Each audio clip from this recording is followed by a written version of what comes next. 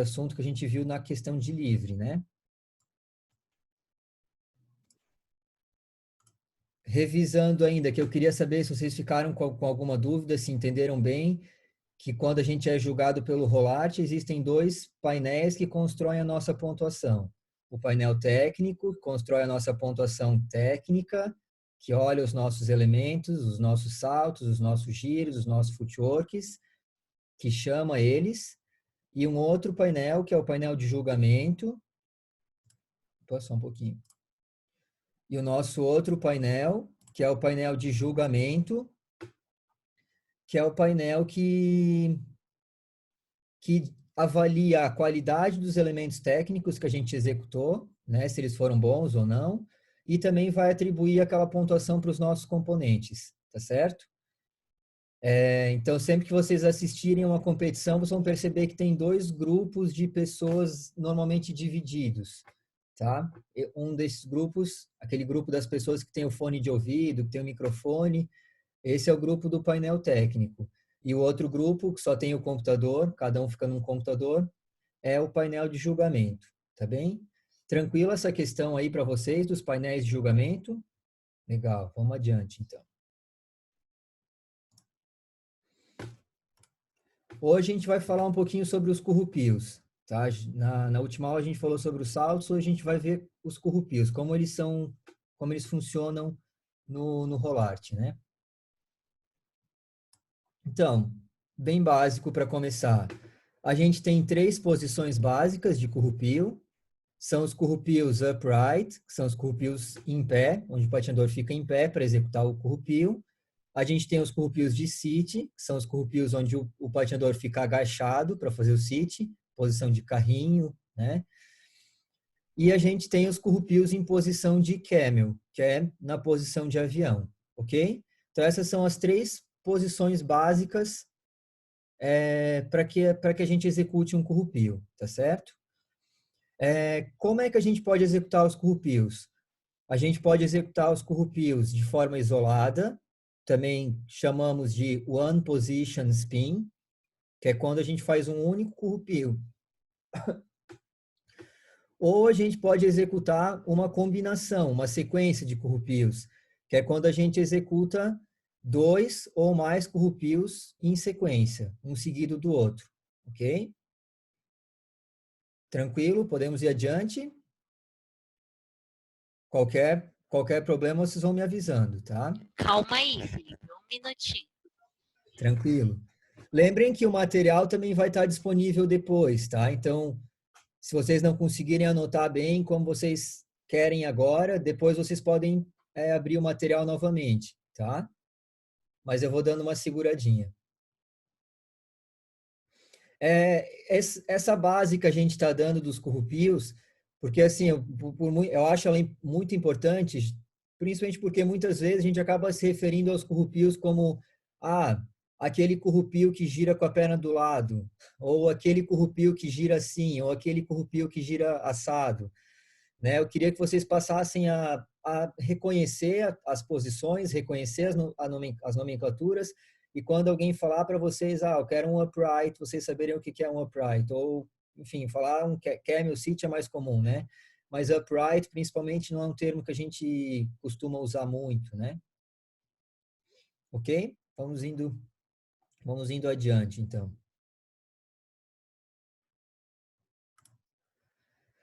Então, na última aula, a gente viu a tabela dos saltos e a gente viu que cada salto tem um valor de base e tem um valor adicional, caso ele tenha uma avaliação 1, uma avaliação 2 ou uma avaliação 3, e tem uma redução, caso ele tenha uma avaliação -1, -2 ou -3. Então, é isso que a gente tem nessa tabela. Nessa parte em negrito aqui, a gente tem o valor base. Então, a gente pega o upright aqui, por exemplo. Tá vendo? O upright. O valor base do upright é 0,5, ok?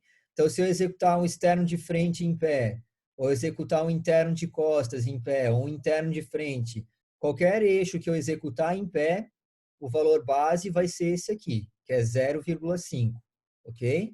Se eu fizer um camel, quanto vai valer? O valor base do camel está aqui, ó, é um ponto. Então, se eu executar um camel externo de frente, um camel interno de costas, um camel externo de costas, um camel interno de frente, enfim, independente do eixo que eu executar, se for um camel, ele vai ter esse valor, tá bem? Então, só para vocês terem uma ideia do valor de cada corrupio. Uma coisa que eu acho legal a gente observar aqui, ó. Às vezes a gente dá a gente hipervaloriza o camel e não dá tanto valor assim para o sit, não é? Às vezes a gente quer aprender logo os camels e acaba desvalorizando um pouco os sits. Mas é interessante a gente observar aqui que um sit vale 0,8, enquanto que um camel vale 1. Então, a diferença entre os dois não é uma diferença assim tão grande em pontuação, né? Então, o sit pode sim ser uma boa ferramenta, um bom elemento para a gente conquistar mais pontos em um programa, ok? Então, isso era mais para fim de conhecimento, para vocês terem uma ideia dos valores dos corrupios, né? Então, vamos lá. Quando que um corrupio é validado? Ou seja, o que eu preciso fazer para que o meu corrupio seja aceito, seja validado lá no julgamento, lá nos juízes, né? No aspirantes e no torneio nacional é um pouquinho diferente do internacional, tá? No aspirantes, quando a gente fizer um corrupio isolado, um corrupio de uma única posição, a gente precisa atingir 2 voltas para validar ele, ok?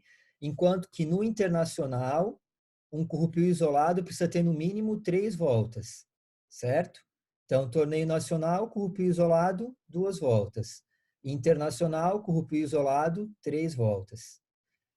Numa combinação de corrupios, é tudo igual. Se eu fizer uma combinação de 2, 3 corrupios, eu vou precisar atingir 2 voltas em cada corrupio, tanto no torneio nacional e no aspirantes, como no internacional, certo? Então, revisando, no internacional, corrupio de uma posição, corrupio isolado, no mínimo 3 voltas para validar ele. No aspirantes e no torneio nacional, corrupio isolado, no mínimo 2 voltas.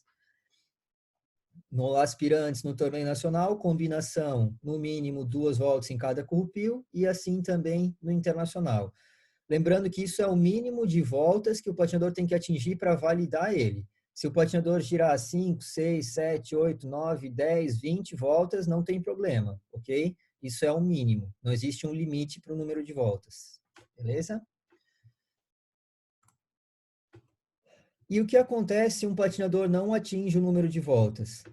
Então vamos imaginar que lá no meu programa eu estava executando um externo de frente, um upright externo de frente, um corrupio de pé externo de frente, só que eu não completei o número de voltas que precisava. Eu sou do aspirantes, exemplo. No aspirantes eu preciso dar 2 voltas, certo?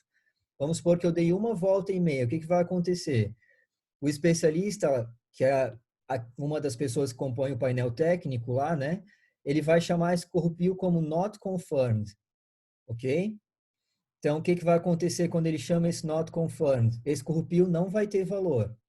Quando a gente for olhar o protocolo, que é o resultado final individual do atleta, vai aparecer lá upright, mas vai aparecer como zerado, ou seja, ele não vai pontuar naquele elemento.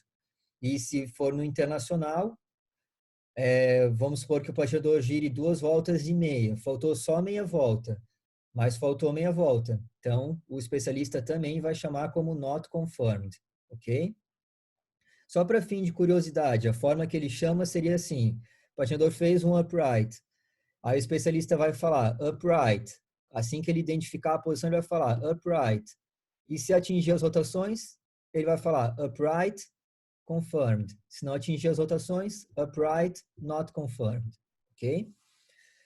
E numa combinação de corrupios, numa sequência, numa combo spin, para ela ser validada, precisa ter no mínimo 2 corrupios validados. O que isso quer dizer? Vamos supor que eu tenho uma sequência de corrupio com 3 corrupios. Eu tinha 3 uprights. Eu tinha externo de frente, interno de costas e externo de costas na minha sequência. Ok? Uma sequência do aspirantes. A maioria tem lá, né? Só que nessa sequência, eu fiz o meu externo de frente, eu validei o meu externo de frente. Aí no interno de costas eu não dei 2 voltas, não validei ele, e no externo de costas eu não dei 2 voltas, também não validei ele. O que vai acontecer? Eu vou perder esse externo de frente que eu validei também. Por quê? Como é uma combinação de currupios, eu preciso ter no mínimo 2 currupios válidos, certo? Então, se eu tentar fazer uma combinação de currupios, não importa, vamos supor que ela tivesse 5 currupios, ok? Se eu só validar um currupio dessa sequência, essa sequência não vai ter valor. Eu não vou pontuar nem nesse que eu validei, tá certo? Porque para validar uma sequência, eu preciso ter pelo menos 2 currupios válidos, certo? Não sei se vocês lembram, mas principalmente quem já tem coreografia e tem a sequência de 3 currupios, eu já cheguei a comentar algumas vezes, ó, toma cuidado, porque se validar somente um currupio, vai ficar sem pontuar nessa sequência, porque para pontuar uma sequência precisa ter no mínimo 2 currupios validados, ok? Adiante. Então, quais são as possibilidades de currupios, de spins que eu posso executar? A gente já viu que a gente tem 3 posições básicas, certo? Os uprights, que são os currupios em pé, os sits, que são os currupios agachados, e os camels, que são os currupios em posição de avião, certo? Cada um desses 3, a gente pode executar em 4 eixos diferentes, certo? Então, eu posso fazer um upright externo de frente, um upright interno de costas, um upright externo de costas, um upright interno de costas. E a mesma coisa para o sit e para o camel. Sit externo de frente, sit interno de costas, sit externo de costas, sit interno de costas, certo? A pontuação deles não vai mudar nada, independente do eixo, ok? Isso aqui é só para vocês, para quem não treina todos esses eixos, todas essas posições, saberem que vocês, para cada posição básica, tem 4 possibilidades de eixo e para executar ela, certo? É importante que vocês associem, os uprights todos já estão treinando, né? Que vocês já associem upright, externo de frente, qual é? Qual é o upright externo de frente? Upright interno de costas, qual é? Que vocês já aprendam a identificar, ok? Que em algumas aulas eu via que é algo que vocês ainda têm um pouco de dificuldade, tá certo? Eu gostaria de mostrar tudo isso em vídeo, mas ainda não foi possível, tá? Se eu conseguir patinar aqui na minha varanda, eu tento eu tento gravar para que vocês identifiquem visualmente cada uma desses eixos e posições, tá? Ah, e aí, além dessas posições básicas, a gente tem também algumas variações, que são as posições difíceis. Então, a gente tem posições difíceis para cada uma dessas posições básicas. Para que servem as posições difíceis? São posições onde a gente pode pontuar mais. Eu posso fazer um upright com uma variação difícil que vai me gerar mais pontos do que aquele valor base, que no caso do upright é 0,5, ou no caso do camel é 1. Ok? A gente vai ver essas variações de posição difícil agora. Então vamos lá. Primeiro a gente vai ver as variações de posição para os uprights. Ok? Essa que está aparecendo aí na tela agora é o upright forward. O que define essa posição é a inclinação do tronco do patinador para frente na direção das pernas, ok? Como está mostrando ali na imagem, certo? Como vocês podem perceber também, por que ele é classificado como um upright? Porque a posição da perna, principalmente, ainda está numa posição de upright, ok? Qual que é a vantagem de eu treinar, de eu tentar esse currupio? Esse currupio ele tem uma bonificação de 2 pontos. Então, lembram que a gente viu que um upright vale 0,5, né? O valor base do upright é 0,5. Vamos supor que um patinador executou essa posição difícil e validou ela. Essa posição difícil vai valer 2,5 pontos. Isso é muita coisa, tá? Se a gente pensar que um camel vale 1 ponto, é mais do que o dobro do que o valor de um camel. A Júlia Pasquarelli, que já treina um pouco mais essas posições, agora entende um pouco melhor, talvez porque às vezes que a gente insiste nessas posições, certo? Elas são difíceis, não é fácil, como o nome já diz, são posições difíceis, é difícil de atingir, de completar as rotações nessas posições, mas é importante que a gente treine porque ela pode fazer total diferença numa competição. Um patinador que tem a habilidade de executar essas posições pode se destacar muito em uma competição, ok? Então temos aí o upright forward. Quando a gente for se referir a essa posição futuramente, eu espero que a gente use esse termo, ok? Não aquele corrupio que gira com o corpo para frente, com a perna para o lado. Certo? Deixa eu ver aqui. Sofia está caindo. Conseguiu resolver aí, Sofia? Sim, mas tá caindo, tipo, já caiu 3 vezes. Putz. Mais alguém está com problema, gente? Não? Não? Eu não. Bom, qualquer coisa vai dando um toquezinho pelo bate-papo, tá, Sophie? Ou mesmo pelo WhatsApp. Eu tô com o meu WhatsApp aberto aqui também, tá? Ok. Ok, vamos adiante. A gente viu o upright forward. Agora a gente vai ver o upright layback. O que é o upright layback? É uma posição onde o patinador vai se inclinar para trás com o tronco, certo? Formando um arco com as costas. Na imagem, a patinadora está segurando as pernas, mas não necessariamente ela precisa segurar as pernas. No gelo, esse corrupio aparece muito. É um corrupio onde os patinadores normalmente só flexionam um pouquinho a perna para trás e inclinam bem o tronco para trás. Vocês já devem ter visto alguém executar esse corrupio no gelo. Na roda, ele não é tão comum, ok? Mas no gelo, ele é bem comum e é bem bonito. A ideia é que ele comece a aparecer também dessa forma na roda. A gente vai perceber que para algumas posições difíceis é permitido usar o freio, ok? Para essa posição difícil, por exemplo, o patinador pode usar o freio. E a bonificação dessa posição é de 1 ponto. Então, a gente vai ter o valor de base do upright, que é meio ponto, mais 1 ponto, caso o patinador consiga executar essa posição. Essa posição, eu admito para vocês que eu ainda não vi alguém executando em uma competição, tá? Para mim, ela é bem incomum ainda, é uma posição difícil para a roda, né? O forward, o upright forward, a gente já viu um pouquinho mais.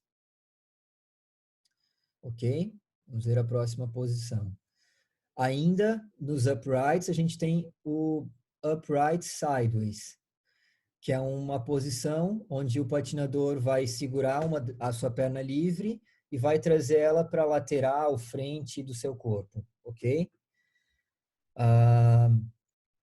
Para esse corrupio também é permitido o uso do freio e a bonificação desse corrupio é bem interessante, ela é bem alta, né? São 2 pontos mais 50% do valor de base do corrupio upright. Então, a gente tem 2,5, né? 2 mais meio ponto, 2,5, mais 50% de meio, 0,25, 2,75. Ok? Esse corrupio vale 2,75, é muita coisa. E aí, aproveito também para reforçar a importância daquele trabalho de flexibilidade que a Bia tem feito com vocês. Ok? Porque a gente não, é impossível fazer essa posição aí se a gente não tiver flexibilidade para, né?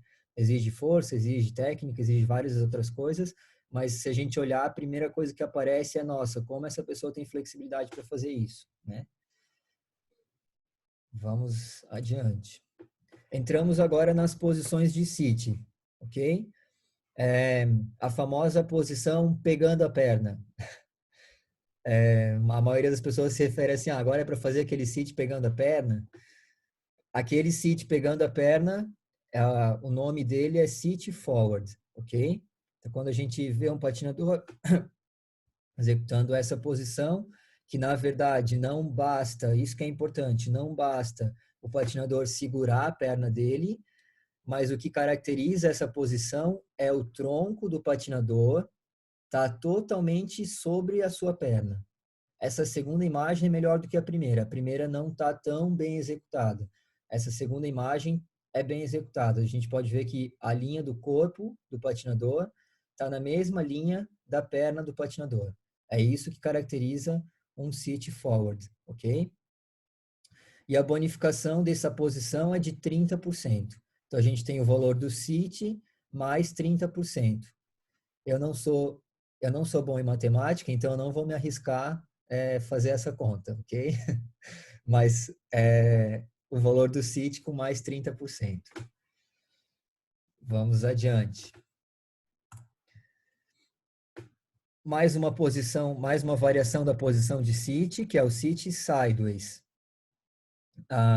Até o ano passado, a posição de sit stand de frente, que é aquela posição com a perna flexionada do lado, era considerada como sideways.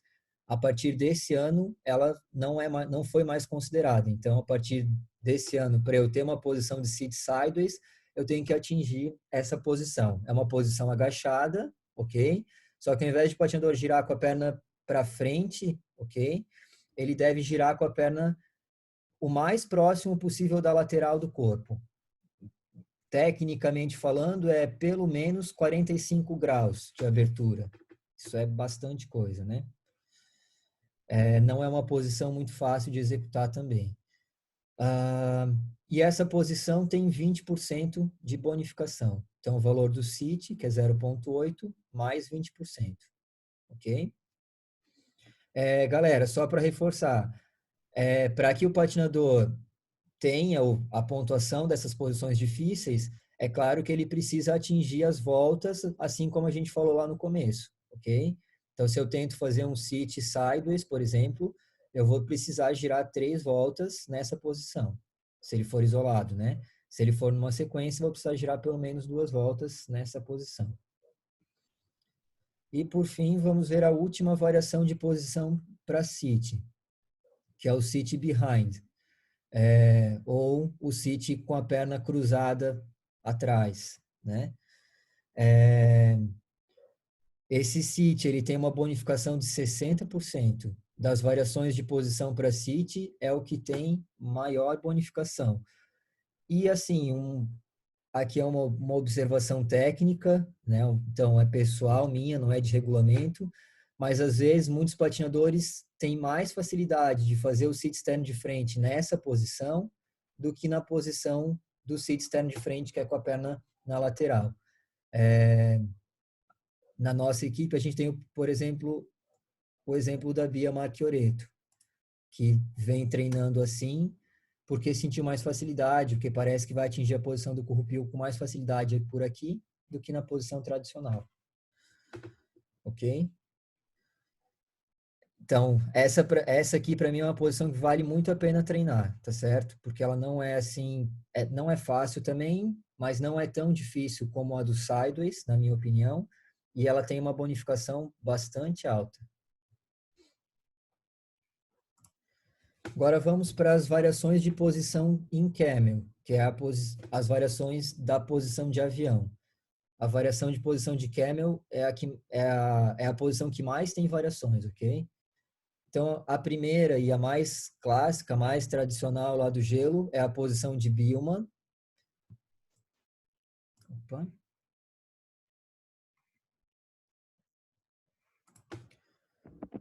E aí, Ju, tranquilo.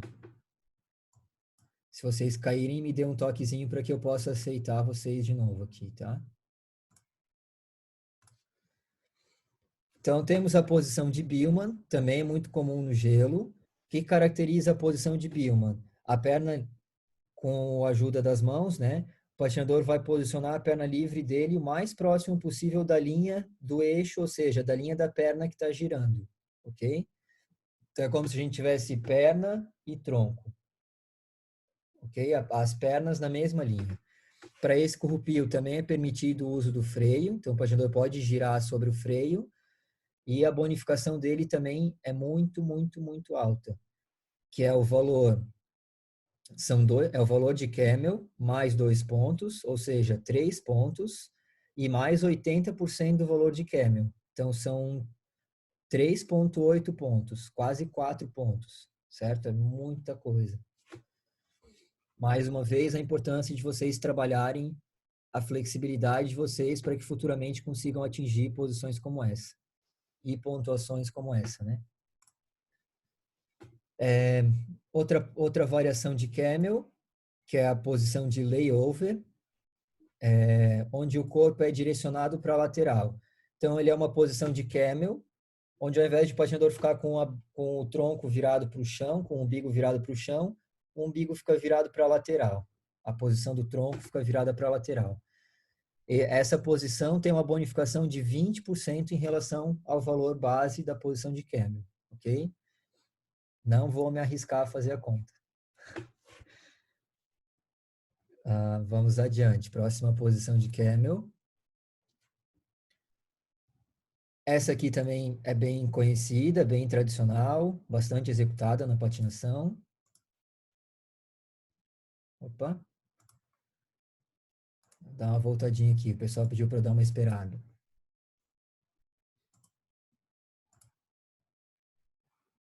Tranquilo, tranquilo. Mas não se preocupem muito em anotar tudo agora, que se vocês por acaso perderem alguma coisinha, vocês vão poder consultar novamente o material que vai estar no grupo depois, tá? Mas eu vou indo com calma. Se eu estiver indo muito rápido, podem me avisar que eu diminuo, desacelero um pouquinho, tá?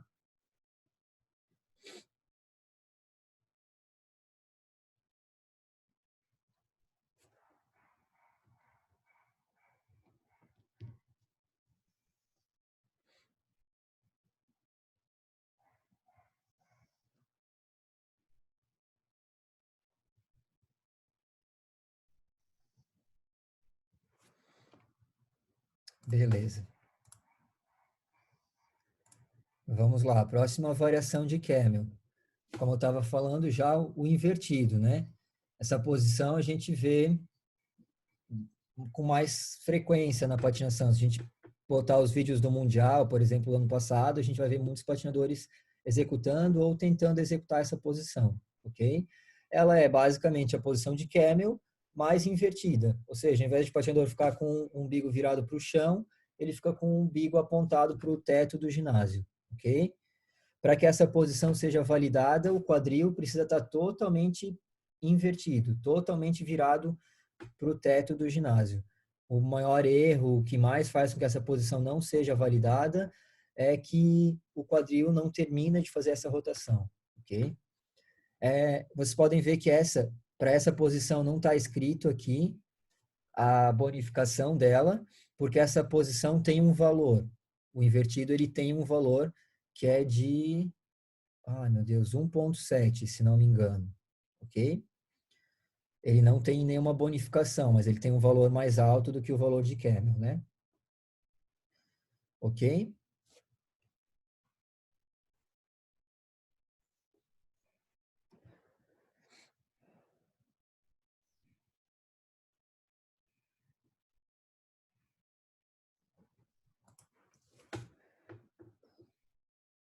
E a última variação de posição difícil de Camel, que é a posição de Bryant. A posição de Bryant é bem simples, é basicamente bem simples de explicar, né? Não de fazer. É basicamente a posição de invertido, só que antes de chegar na posição de invertido, o patinador segura a sua perna livre e vai para a posição de invertido segurando a perna livre.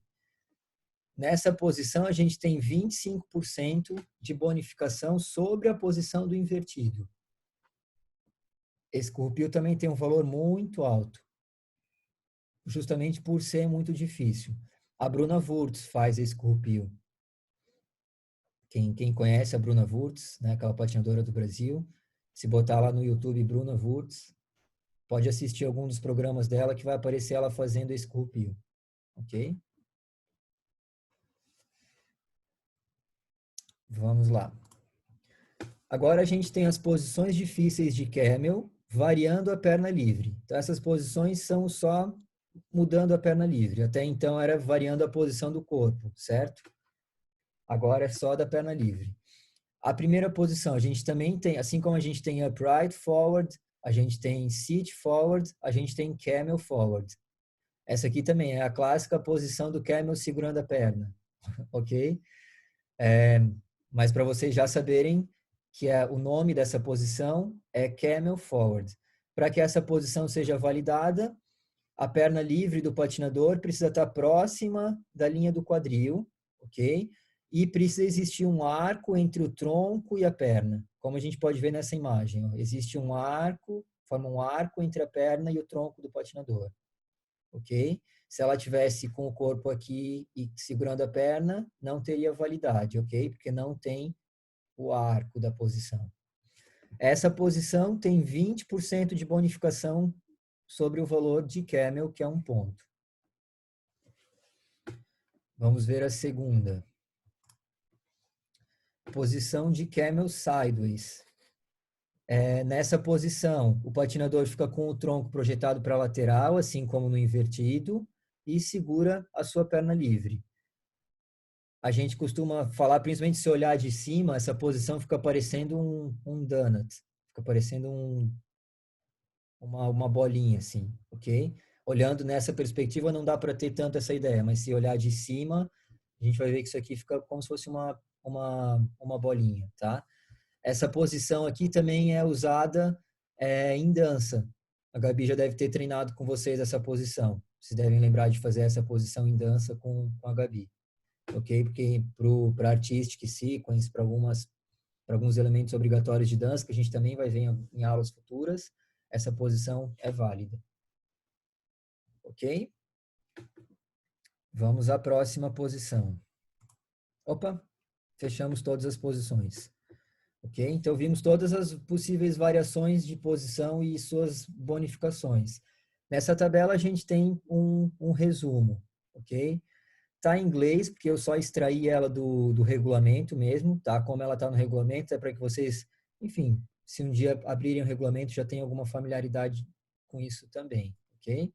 Então, aqui a gente tem mais uma bonificação que eu não falei ainda, que é more than 6 revolutions, mais de 6 voltas.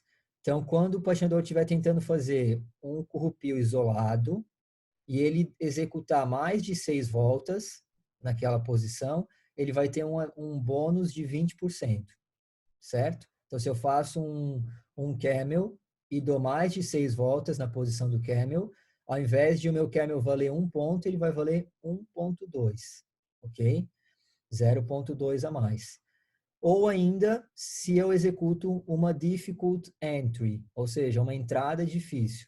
Se eu executar uma entrada difícil, que pode ser um salto na entrada, ou uma acrobacia antes de entrar no giro, eu vou ter um bônus de 15%, ok? E aí a gente tem o resumo das bonificações de todas aquelas posições que a gente já viu. Upright forward, upright layback, upright sideways, ok? Só para a gente revisar. Opa.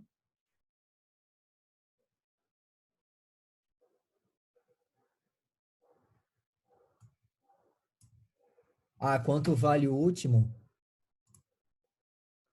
Esse aqui, Pi, o sideways, ele tem um bônus de 20%. Todas as variações de perna no camel tem 20% de bônus. Obrigada, Felipe.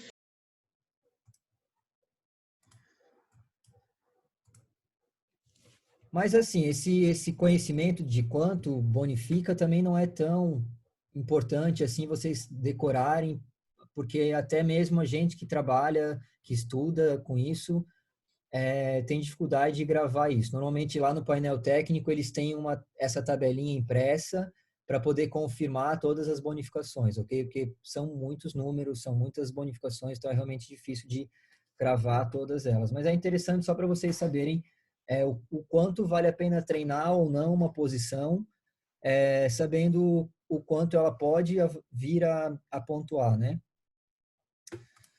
Aí aqui a gente tem todas as variações de camel, ok? Como a gente viu, Billman, torso sideways foi uma que a gente não viu aqui no material, layover camel, layover heel, sempre que tiver heel, significa que gira sobre as duas rodas do calcanhar, ok? Heel significa calcanhar. Então, se eu fizer um layover em posição de heel, ele vai ter uma bonificação ainda maior. Bryant, e aí as posições difíceis segurando a perna. A gente tem ainda bonificações nas sequências.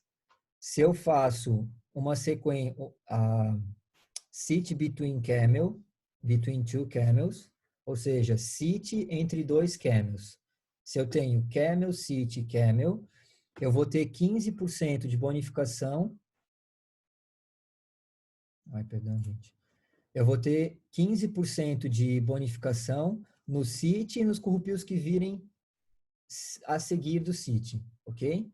Então, se eu faço camel, sit, camel, eu vou ter 15% de bonificação no meu sit e vou ter mais 15% de bonificação no meu camel ou tudo que vir em seguida a ele, ok? Se eu fizer a troca por um salto, então, por exemplo, se eu fizer upright externo de frente e saltar para upright externo de costas, eu vou ter 15% de bonificação, ok? Se eu fizer um salto na hora de trocar de pé. E esse último aqui que eu acho dificílimo, que é a gente mudar a direção da rotação do giro. Então, eu estou fazendo um corrupio de pé no sentido anti-horário, e aí eu troco de perna e troco a direção da minha rotação. Ok? Se alguns lembrarem, quanto é o valor do invertido, se eu não me engano, é 1,7. Vamos voltar lá na tabela dele.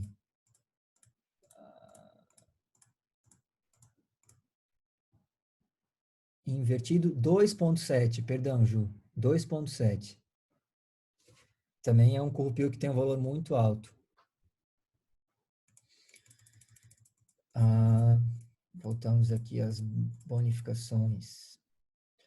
Ok, então se a gente lembrar, se alguém lembrar de um dos programas que o Gustavo fazia, ele fazia isso aqui. Ele conseguia fazer um sit que mudava a direção da rotação, ok? É muito legal de ver isso, de assistir isso, mas é um pouco difícil de executar, né? Ok. Vamos lá. Eu acabei já falando dessas outras bonificações aqui, mas vamos revisar elas, né? Nos corrupios isolados, no solo spins, quando eu der mais de 6 voltas, eu vou ter uma bonificação de 20%, certo? Então é por isso que às vezes eu e tantos outros técnicos ficam gritando: segura, segura, segura, segura, segura, fica, fica, fica, fica, fica, gira, gira, deixa girar, deixa girar, deixa girar. Por quê? Para que vocês tentem atingir as 6 voltas e consigam alcançar essa bonificação de 20%, ok? E a gente tem também a possibilidade de entrada difícil. Quando eu fizer uma entrada difícil, fizer um salto, fizer uma posição acrobática, sei lá, uma estrelinha, o que for, antes de entrar no corrupio, eu vou ter uma bonificação de 15% nesse corrupio. E aí, nas combinações, como a gente já falou também, quando eu tiver um sit entre dois camels, eu vou ter 15% em todos os giros que vierem depois do sit e no sit. Quando eu tiver uma troca de pé executada por um salto, eu vou ter 15% de bonificação. E quando eu trocar a direção da rotação no meio da sequência de corrupio, eu vou ter 20% em todos os corrupios que vierem a seguir, ok? O que é interessante da combo spin e que deixa o pessoal do painel técnico meio maluco às vezes é que essas bonificações são cumulativas. O que isso significa? Vamos supor que eu fiz camel, sit e fiz um camel forward, ou seja, fiz um camel com uma variação difícil. Então eu tenho 20% de bonificação do camel forward, ok? E tenho mais 15% de bonificação do sit between camel. Então, no camel, eu vou ter 35% de bonificação, ok? Então, se eu vou acumulando bonificações por entrada difícil, por sit between camel, por posição difícil, eu posso ir atingindo mais pontos ainda em uma determinada posição de corrupio, ok? Pode chegar a 50%, 60%, enfim. Ok, vamos agora aos COIs. Perguntinha rápida. Quando a gente fala COI, todo mundo sabe o que é COI, QOI, COI. Sim? Podem fazer um sinalzinho aí que eu estou vendo vocês. Ok. De toda forma, vamos dar uma revisadinha no que isso quer dizer. COI é o valor que o juiz atribui, né, para expressar a qualidade do elemento. Então, lembra que o painel técnico chama o elemento e os juízes avaliam a qualidade, certo? Lembram das opções que eles têm. Eles podem dar 0, que é quando o elemento foi executado sem nenhum problema, justa a execução, mais 1, mais 2, mais 3, ou menos 1, menos 2, menos 3. Ok? Eu coloquei a tabela aqui só para a gente revisar. Isso a gente também já viu em outras aulas. Ok?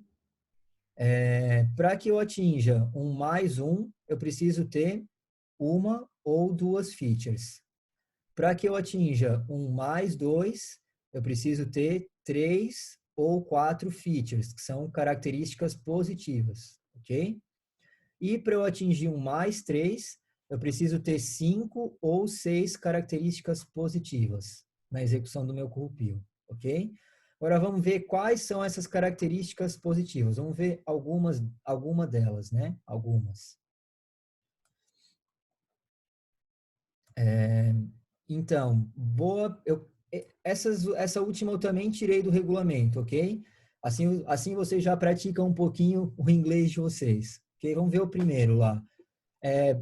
Good ability in centering the spin quickly. Ou seja, boa habilidade de centralizar rápido o corrupio. Isso aqui é quando o patinador não gasta muito tempo entrando no giro, ok? Ele não pisa no giro e demora muito a atingir a posição do giro, ok?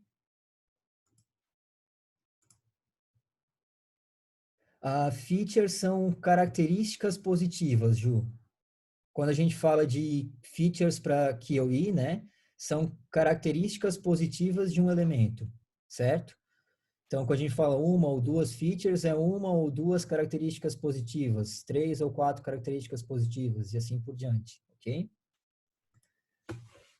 Segunda característica, vou falar já em português, bom controle do spin, bom controle do corrupio durante a sua execução. Então, o patinador apresenta um bom controle, ele não fica balançando enquanto executa a posição do giro.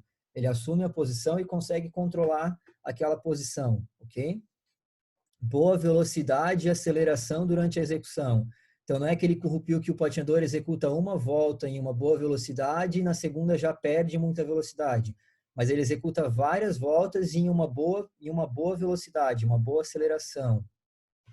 Quando o patinador apresenta uma entrada difícil, a entrada difícil ela já tem uma bonificação, mas se o patinador executar uma entrada difícil, o juiz também pode considerar essa entrada difícil para atribuir uma qualidade maior ao corrupio de vocês. As posições difíceis, as difficult variations, elas também já têm bonificação. Mas se um patinador apresentar um bom camel forward, apresentar um bom upright forward, um bom sit forward, o juiz também pode usar isso como uma feature para atribuir um mais 2 ou um mais 3. Número balançado de rotações em cada posição, quando for uma combinação. Isso aqui é importante e acontece muito. Às vezes o patinador gira, exemplo exagerado, 50 voltas na primeira posição da sequência, e aí ele gira 2 voltas na segunda e 2 voltas na terceira. Ou seja, não é um número balanceado de rotações. Ele girou muito na primeira posição, não girou quase nada na segunda e quase nada na terceira. Uma boa sequência é quando o patinador gira 3 voltas, 3 voltas, 3 voltas, ou 3 voltas, 4 voltas, 3 voltas, ou 4 voltas, 4 voltas, 3 voltas, enfim. Quando existe um balanço no número de rotações em cada uma das posições que a gente faz na sequência, ok? Próxima característica positiva, próxima feature. O número de rotações é muito maior do que o mínimo. Então, a gente viu lá que o mínimo para um corrupio isolado é 3 voltas.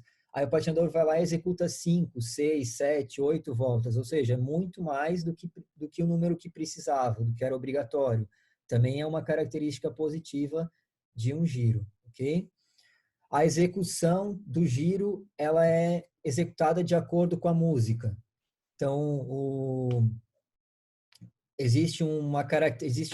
alguma característica na música, uma aceleração na música,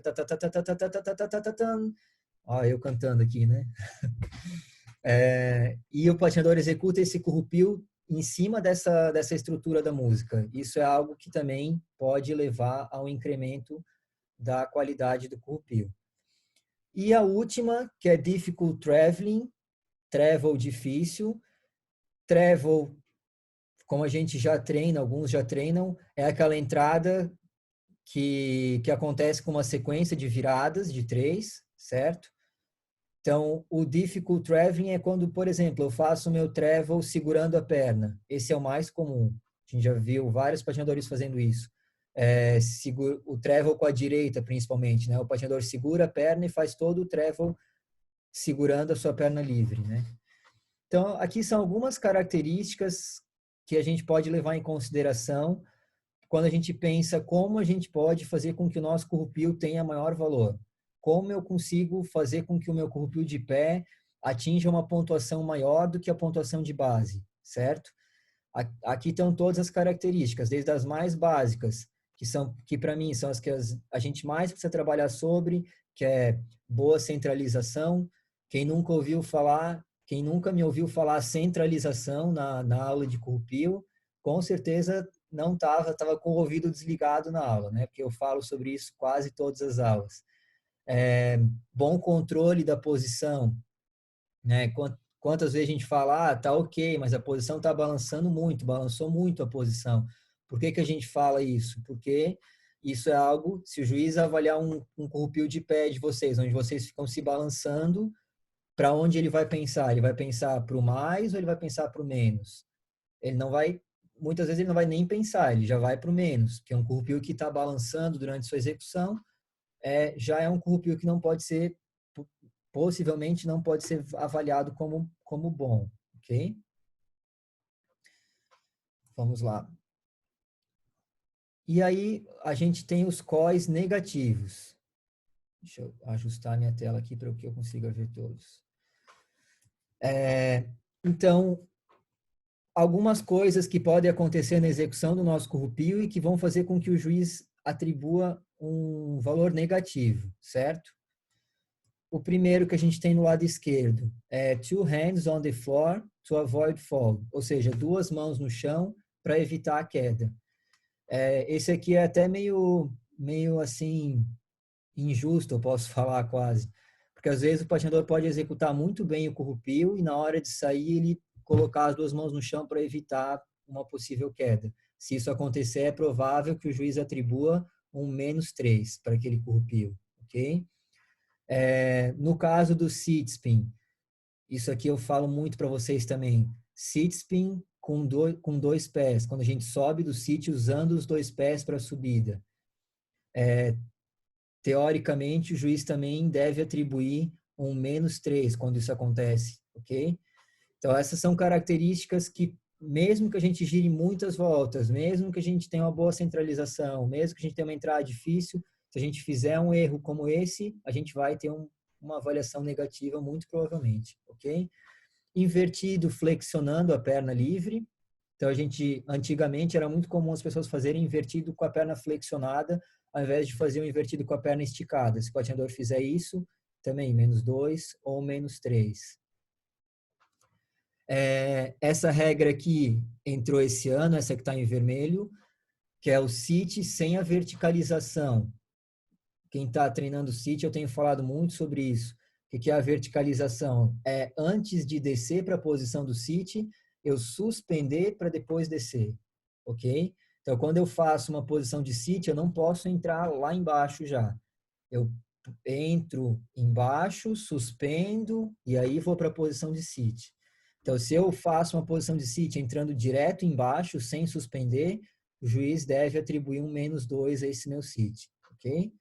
E essa regra aqui, a última classificação de COI negativo, fall, que é queda, que é a mesma para todos. Se o patinador cai em algum elemento, qualquer um que for, é muito provável que aquele elemento vai receber um -3, ok?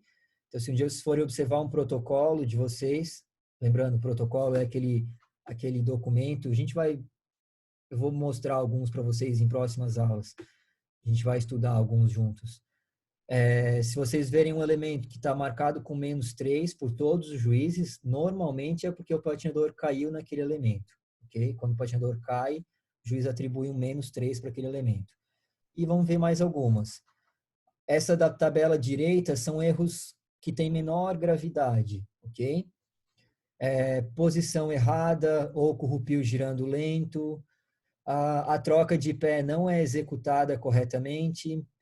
A entrada, a saída é usando o freio. Um corrupio que não é bem centralizado, ou seja, o patinador começa a girar num ponto e termina de girar em outro ponto. Isso é uma característica negativa de um corrupio. Quando o corrupio se move, ele não gira em um único ponto. Mão no chão ou perna no chão, uma das mãos no chão ou a perna no chão para evitar a queda, também pode ser avaliado como um -2 ou -3. Pumping. Talvez alguns já tenham ouvido falar nesse termo, pumping. O que é pumping? O pumping acontece principalmente no externo de costas, que é quando o patinador fica pegando impulso com o interno para poder girar. Ok? Isso também é avaliado negativamente com um -2. Bad traveling, quando o patinador executa o travel com uma qualidade ruim, parece que ele vai cair ao executar o travel, né? Change of foot, troca de pé com traveling axis. Traveling axis também é um termo que se fala muito, que é quando, por exemplo, naquela troca de camel para sit, o patinador se afasta muito, ele estava fazendo o camel nesse ponto, e aí ele troca para o sit e faz o sit longe desse ponto. Isso também é avaliado negativamente, ok? Então, a gente viu aí algumas características boas, ou seja, características que vocês devem gravar bem na cabeça de vocês, para pensar o que é o que precisam melhorar para atingir um bom corrupio, e coisas ruins, que é o que vocês devem pensar em não fazer, em não deixar acontecer quando executando os corrupios de vocês, ok? Vamos adiante. Nosso exercício diário agora. Eita, nós. O que eu fiz aqui, gente?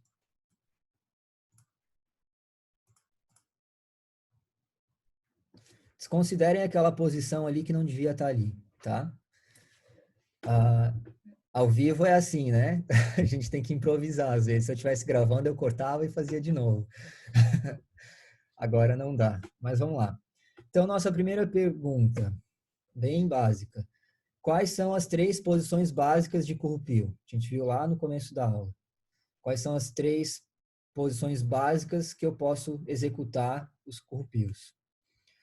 Tem que responder agora ou tipo só pensa? Não, gente. Isso aí, eu estou fazendo essas perguntas porque eu acho legal vocês terem nas anotações de vocês essas perguntas. Que aí quando vocês forem revisar algum conteúdo, quando vocês forem revisar a parte de salto, revisar a parte de giro, vocês podem ir lá nas perguntas para exercitar, né? Será que eu ainda lembro tudo que se refere a salto, tudo que se refere a giro? Essas perguntas meio que resumem tudo, ok? Então, a segunda pergunta. O que eu gostaria, gente, é que vocês, a primeira vez que vocês venham responder essas perguntas, vocês tentem responder sem olhar no material. Mesmo que vocês respondam algo que não tem nada a ver, que não seja, mas é uma forma de vocês avaliarem se vocês entenderam ou não entenderam. E também é uma forma de vocês exercitarem algo que eu particularmente considero muito importante, que é a capacidade de pensar, ok? Às vezes a gente acha que a gente não sabe, mas se a gente lê, relê, pensa um pouquinho aquilo, a gente acaba vendo que não, a gente sabia, a gente conhecia aquilo, a gente só não conseguiu pensar, raciocinar aquela pergunta, né? Ok, pergunta número 2. Quais são os possíveis eixos e direções na qual posso realizar um corrupio? A gente também viu lá no começo quais eram os possíveis eixos, né? A gente viu as posições e viu os eixos. Então, ali a gente vai responder quais são os eixos. Pergunta número 3. Quantas voltas eu preciso atingir para validar um corrupio isolado no aspirantes? Certo? A gente viu que no internacional e no aspirantes era diferente o número de voltas que a gente precisa atingir para validar um corrupio de pé. Qual é a quantidade de voltas do aspirantes? Pergunta número 4. Quantas voltas eu preciso atingir para validar um corrupio isolado no internacional? Então, a 3 é no torneio no aspirantes e a 4 é no internacional. Pergunta número 5. Quantas posições validadas eu preciso para validar uma combinação de corrupio? Então, quantos corrupios válidos, quantos corrupios eu preciso atingir o número de rotações dentro de uma sequência para que eu possa validar aquela minha sequência, ok? Eu me empolguei um pouquinho nas perguntas hoje, tá, pessoal?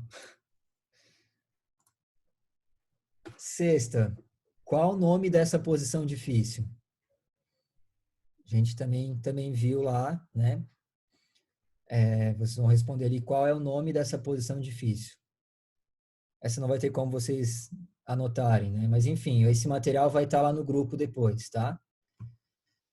Pergunta número 7 e a última. Qual o nome dessa posição difícil? Ok? A gente viu muitas posições difíceis, né? Mas eu tentei colocar as duas que são as mais comuns, de certa forma, que a gente mais vê, né? Para que vocês exercitem a nomenclatura correta dessas posições que a gente viu, né?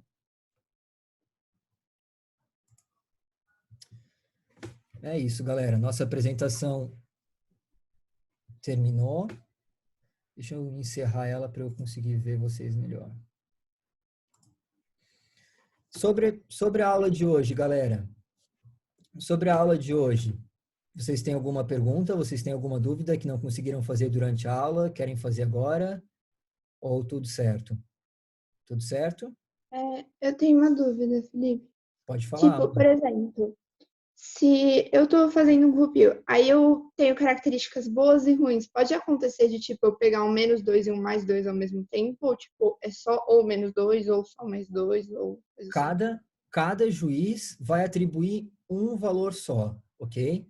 O que pode acontecer é um juiz atribuir um valor e outro juiz atribuir outro valor.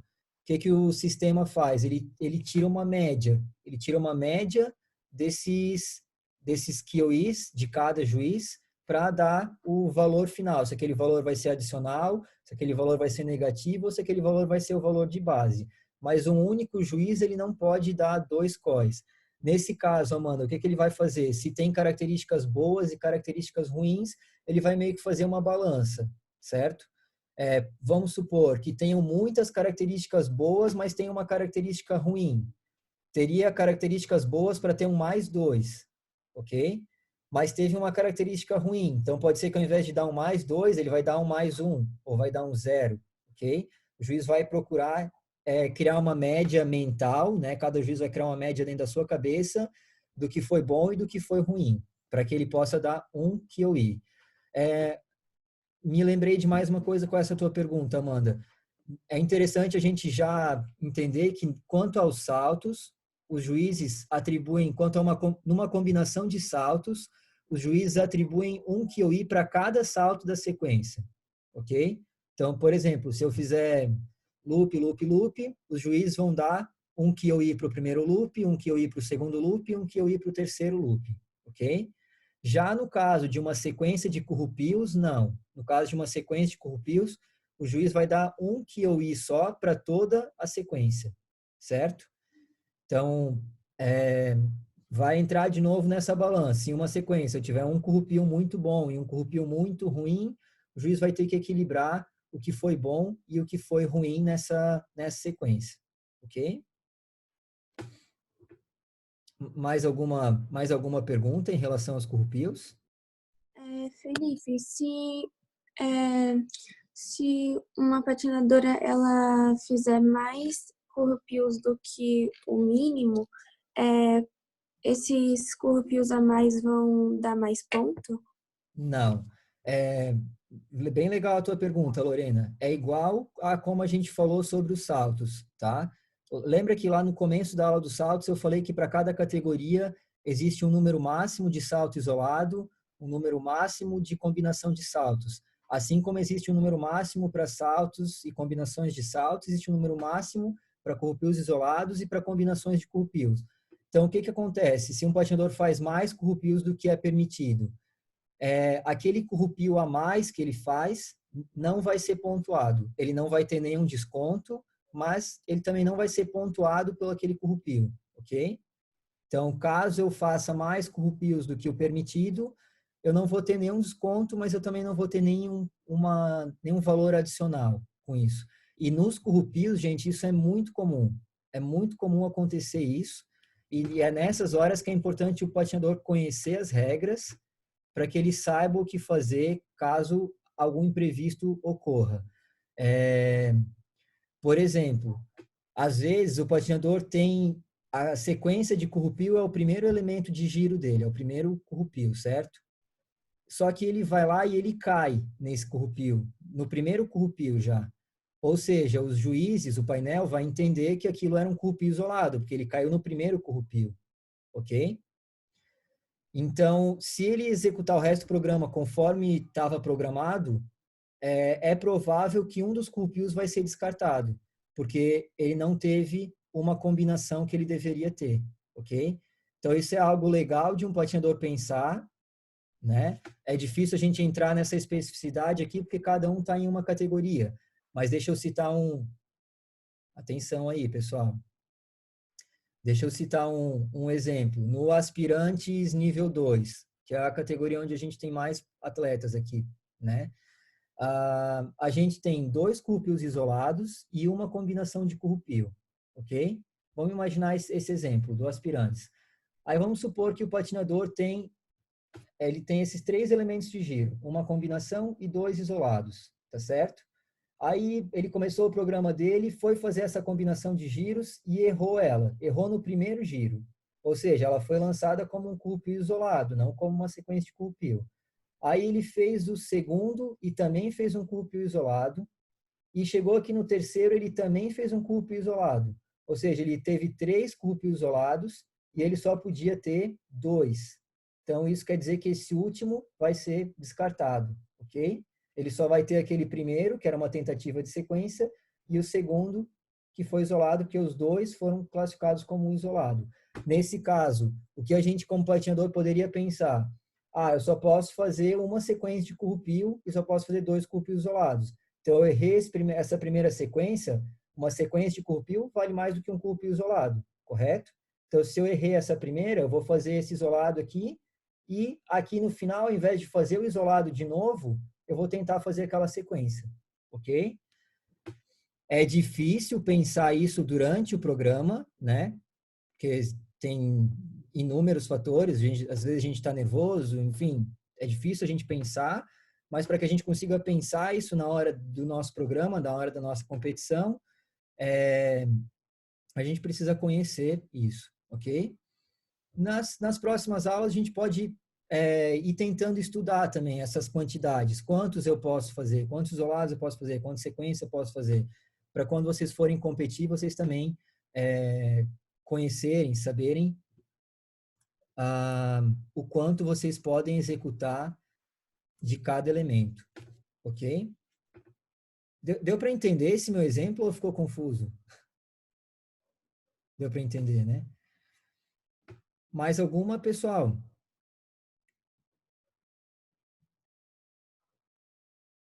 Beleza. Então, é isso, gente. Com essa aula de hoje, a gente fechou o nosso conhecimento básico da modalidade de livre, ok? De julgamento na modalidade de livre. Nas nossas próximas aulas teóricas, a gente vai começar a ver um pouquinho da modalidade de solo dance, tá certo? E lá no solo dance, a gente vai ver que existem milhões de variações de categoria e de elementos. Então, para a parte de dança, vou pedir que vocês realmente tentem prestar bastante atenção, porque como é um universo com elementos mais variados, elementos que a maioria de vocês ainda não treina, né? É possível que a gente tenha um pouquinho mais de necessidade de ir explicando cada elemento, ok?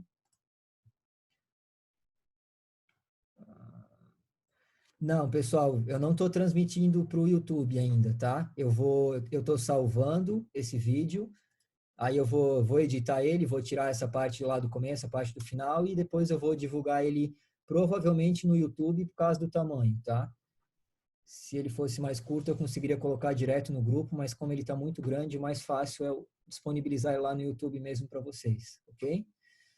Então é isso, gente. O que vocês acharam em princípio? Melhor para trabalhar assim, com eu explicando ao vivo e vocês podendo me perguntar, podendo me interromper? Podemos continuar assim? Beleza. Fica mais. Ai, calma. Fica mais difícil para anotar, mas fica melhor para entender, porque dá para tirar dúvida se a gente não entender alguma coisa na hora. E aí, às vezes, quando, tipo, você assiste a videoaula e depois vai tirar dúvida, você até esquece o que ia perguntar. Aham, foi o que eu imaginei, até aconteceu com a Manu esses dias, né? Que ela teve uma dúvida e acabou não conseguindo, não lembrando para poder esclarecer ela, né? Então a gente segue trabalhando assim, que aí vocês ainda têm a opção do vídeo também, se por acaso algum dia não conseguirem acessar a aula aqui presencial, né? Não é presencial, online. Vocês podem acessar o vídeo pelo YouTube depois, tá? E eu pretendo fazer isso com as nossas aulas práticas também. Eu vou pedir que vocês tentem sempre acessar por aqui, que é melhor, porque eu, principalmente na prática, consigo ver vocês, né? Mas se por acaso, por algum motivo, não conseguirem algum dia, os vídeos devem estar sempre disponíveis no YouTube lá, ok? É isso, galera. Amanhã, aula prática, ok? Não esqueçam de fazer sempre os treinos da Bia também. Na terça e na quinta vocês não têm nenhuma atividade prática comigo, por isso é ainda mais importante que vocês façam o trabalho com a Bia também na terça e na quinta, ok? Então não deixem de fazer os treinos de preparo físico. É isso, galera. Espero que vocês estejam gostando desse material teórico, ok? Qualquer dúvida que vocês tenham ao responder as perguntas ou ao revisar o material de vocês sobre coisas antigas, lembrem que vocês podem me chamar a qualquer hora, tá bom? Até amanhã, galera. Bom estudo. Beijinhos.